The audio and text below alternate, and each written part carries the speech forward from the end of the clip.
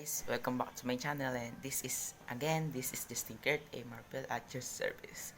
So, nandito ulit tayo sa video na to dahil tuturuan ko kayo kung paano mag-solve ng extrema, hindi, minimum and maximum extrema. Ngayon, Tagalog, Taglish tayo ngayon. Ang gagawin natin, hanapin natin ang minimum and maximum na extrema. Sige, paano ba natin? First time ko lang kasi ito gagawin, kaya sana kayanin natin. Pero may idea na ako paano solve. Tuturuan ko kayo kung ano yung nalaman ko. Sige, peace out. So, eto na nga guys. Bubuksan na natin ng ating math notebook. Okay. Ito ang problem natin. Derivative in a relation with the graph of a function. Sa minimum and maximum extrema, mayroon tayong local maximum, local minimum. So, pag sinabing local maximum, nag-i-increase siya pataas. Yan, increasing. So, pag sinabing increasing, alam natin yung word na increase, umaangat. So, kapag nabit niya na yung maximum point niya, pataas, ang tawag doon ay local maximum. Then, pag bumaba naman siya, tapos pag nabit niya yung negative, mapupunta siya sa local minimum. Then, pag umakyat ulit siya, ganyan, makikita nyo na bumaba yung ating graph and umakyat. So, sa local and maximum extrema naman, meron tayong dalawang condition. So, condition number 1. If x is greater than to 0, derivative is positive, then fx is increasing. Then, kapag daw ang f of x is greater than to 0, ang derivative mo daw ay positive. Then, yung f of x mo, mag-i-increase siya. Kagaya nitong sa graph natin, ito. Tingnan nyo guys. Ito, kunyari, ito yung f of x is greater than to 0. Yan, ito siya, 0. Then, nag-i-increase siya, pataas. Kaya nakuha natin dun, ang local maximum. Yun ang una nating condition, guys. Then, sa pangalawang nating condition, if x is less than to 0, the derivative is negative, then f of x is decreasing. So, kung papansin nyo dito natin sa graph ulit, pagkatapos niya mabit ang taas ng local maximum, nag-decrease siya. Ang f of 0 niya, f of less than to 0, ay bumaba. Yan. Kita nyo naman, di ba guys? Bumaba siya. Kaya nabit niya ang negative sign. Kaya siya tinawag na local minimum. Yan. Then, kung naintindihan nyo naman, let's proceed to the example. Example number 1. Yan. Example number 1. Find the interval where their function is increasing or decreasing. So, dito, hanapin naman natin kung nag-i-increase ang function natin or nagdi-decrease. So guys, una, mag-pretend tayo na hindi natin alam yung graph. Hindi natin alam. So meron tayo ditong steps kung paano gagawin, kung paano mahanap ang local maximum and local minimum by using this. Okay, ito ang function natin. If x equals to x squared minus 2x minus 3. Una nito, yan. Hahanapin natin ang derivative nan. Ang derivative ng x squared is 2x. Ang derivative nitong negative 2x is 2, negative 2. Then, ang derivative ni negative 3 is 0. Then, pagkatapos natin siya, isa-set natin siya equals to 0. Yan. Pagka-set natin na equals to 0, hanapin natin yung x niya. Then, makukuha mo ni x kapag kasolve mo yan. 2x minus 2 equals to 0. And then, natira si x equals to 1 because kasi yung x, yung equivalent niya is 1. Okay? Gets, guys? Step number 2. Construct sign chart. Dito, gagawa tayo ng sign chart na may positive and negative sign. Ang x natin, unahin natin to.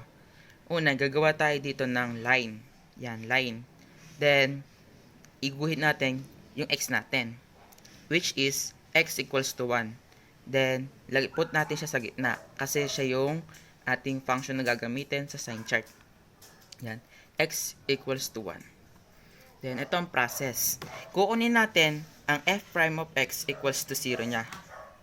Ano kaya ang f of prime equals to 0 niya? Ito, yung 2x minus 2. Ang dyan, pagkatapos mo dyan makuha yan, pipili ka ng number na mas mababa sa 1, pababa. Which is, ang mas pinili ko dyan is 0. Kasi ayun yung kasunod niya. Then, pagkatapos kong kunin, if f prime is 0, isa-set natin yung, x natin is to 0. So, 2x minus 2, tas yung 2, isinet natin siya to 0, then negative 2. Diyan napatunayan ko na yung yung x ko is negative 2. Nag-increase siya pababa. Then dito, sa may pangalawa, dito naman tayo, sa may positive. Ang pinili ko dyan is 2. Para kasunod lang din niya. If f prime is x equals to 2x minus 2, f prime equals 2 kasi yun yung pinili nating number. Then, saset ulit natin si x ng 2 kasi siya yung yung value natin. Then, pagkaset natin, 2 times 2 equals to 4. Then, copy si negative 2. 4 minus 2 equals to positive 2. Diyan, napatunayan ko na positive sign ang lumabas. Then, dito naman, dito guys, yan. F prime x equals to negative. Tas, negative infinite to 1. Kasi, kaya ako nasabing negative to infinite kasi itong negative niya is infinite siya. Then, dito ang positive is infinite. Just 1 kasi, ayun yung value ng x natin. Then, dito naman, ang lahat ng conclusion ko. Ito ang conclusion ko.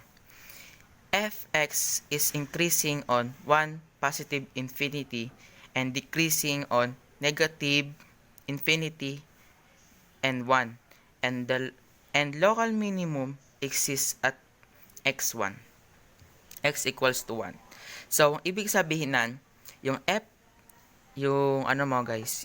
of x is increasing on 1 and positive infinite. Nag-i-increase siya kapag yung positive mo, kapag positive ang lumabas, then ganon siya, increase. So, and decreasing on negative infinite and positive 1. So, kapag example, guhit tayo dito, pero di natin gagawin.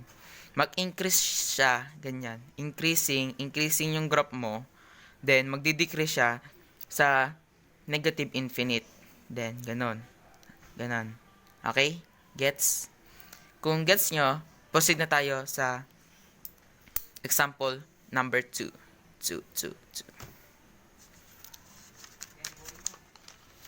Yan. Dito, sa example number 2, find where the function is increasing or decreasing and if local max or minimum exists. So, kagaya ng una, meron tayong step 1 and step 2. Gagawin natin yung kanina. So, ang function natin dyan is x cube root minus 27x minus 20. So, ang f prime x is 3x squared. 3x squared minus 27. Why? Kasi x cube, ang derivative niya is 3x to the power of second. Then, ang derivative naman ni 27x ay 27. Then, ang derivative ni 20 is 0.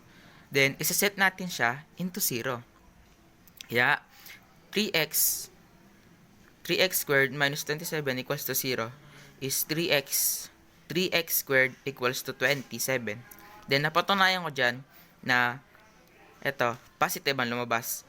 Kasi kung dinivide ko siya sa 3 para mawala si 3, then mabawasan siya is to 3. Then, nawala si x, ay si 3. Then, nangyari dyan, bali si x squared ang natira equals to 9. Kasi 9 divide 3 equals 9. Tapos x equals to positive negative 3. Then number 2, Step 2, construct a sign chart. Gagawa ulit tayo ng sign chart. Pero, ngayon, meron naman tayong tatlong interval. So, yan, di ba? Mag-construct tayo ng sign chart. Then, dito, ang naiba naman siya, meron siyang tatlong interval. So, try natin kung magkaroon ba tayo ng positive or negative sign. Okay? So, f prime is negative 4. Mamimili tayo dito sa negative infinite to negative 3. So, pumili ako dyan ng negative 4. By 1 lang pipiliin natin para mas madali. So, negative 4 ang f natin, ang x. If f is x, yan, negative 4 natin. So, 3x squared minus 27. Kukunin ulit natin ang f of prime is equals to 3x minus 27. 3x squared minus 27, okay? Don't forget that. Then, pagkatapos natin siya ganan, isosolve na natin. 3 times negative 4 squared equals to 48 minus 27. Then, napatunayan ko na meron siyang positive sign. Kasi, equals to positive na yan. 48 minus 27 equals to positive. And then, sinulat ko siya, f prime x is equals to negative 4 equals to positive sign. Then, dito naman tayo sa number 2. Sa negative 3 to positive 3. Pumili ako dyan ng between negative 3 and positive 3. Ang pinili ko ay 0. Yan, 0. If f of x is 0, 3 times 0, negative 27, equals to 0, minus 27. Then, patunayan ko dyan na merong negative sign. Yan. Kung kita nyo, merong negative sign dyan. Then, kung na-imagine nyo yun ang graph, just imagine nyo lang. Huwag nyo munang sagutan, hindi pa tayo tapos. So, tuloy na natin. Ang patunayan ko, f prime is x equals to 0. Then, napatunayan ko dyan, meron tayong negative sign. Then, dito naman tayo sa may last part. 3 and positive infinite. So, kagaya dyan, mamimili ulit tayo hanggang kahit kailan natin saan yan. Kahit saan yan. Kunyari, mamili tayo ng, positive 3,000, 5,000, 6,000, ganun. Basta positive. Huwag lang siyang, bababa ng 2, 3, kasi hanggang minimum, natin dyan, pinaka-lower natin dyan is 3, and then ang maximum natin ay infinite. 3 pataas. 3 pataas. Kagaya ng kanungta, di ba? Pag 3 pataas. Charot. Okay na, patutuloy natin to. Then, pumili rin ako dyan ng one number. And f of prime is 3x times 4 minus 27. Then, magkaroon ulit tayo ng 3 times 4 equals to 48 minus 27. Then, ang napatunayan ko, na meron tayo dyan positive sign. So, guys, kung naisip mo na ang ating graph, magaling na kayo. Kasi ako, bago ko naisip yan, natagalan pa tayo dyan. So, huwag niyo akong gayahin. Mag-aral mabuti para maganda ang kinabukasan mo. So, ito ang conclusion natin dyan. F of x is increasing on negative infinite and to negative 3. And 3 positive infinite and decreasing on negative 3 to 3, the local maximum exists at x equals to negative 3 and local minimum exists at x equals to 3. So guys, dito, kung papansin nyo, nag-i-increase daw siya yung graph natin, ay yung function natin, nag-i-increase yung function natin kapag yung negative infinite to negative 3, pa ganun, pababa. Nagdi-decrease siya. Ay, nag-i-increase siya pag ganun. Nag-i-increase, decrease tuloy. Nalilito na ako. Ay, naku, daming na-stuck sa utak natin. Nag-i-increase siya sa negative 3 to negative 3 to negative infinite.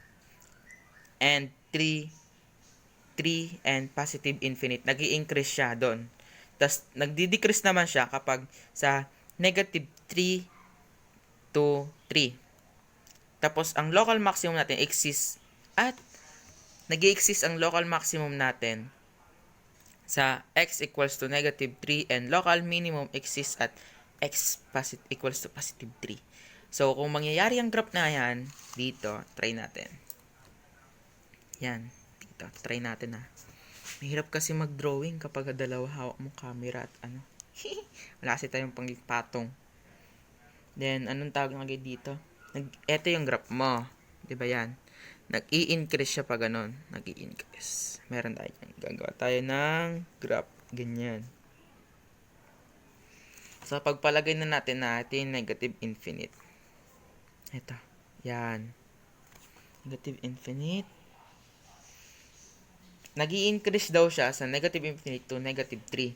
So, dito tayo sa baba mag-umpisa ng graph. Yan. Dito sa baba. Negative infinite and nag-i-increase siya to positive 3 to infinite. Yan. Ito yung 3 natin. Kunyari, ito yung 3. Positive 3. Wait lang, sulat natin. So, siya na malabo kasi behind delay tayo. Yan, 3. 3, then, and negative 3. Yan. Tapos ito na infinite yung may tuldok dyan. Ito na infinite. Ito. Wait natin. So, nag-i-increase daw siya to positive infinite. Yan. Yan. Then, bumabagsak daw siya sa, ay mali ito. Di natin dyan. Ito yung negative 3. Yan. Bumabagsak siya sa negative 3. Yan. Then, umaangat, nag-ano naman siya, itang, nawawala na ako ng boses.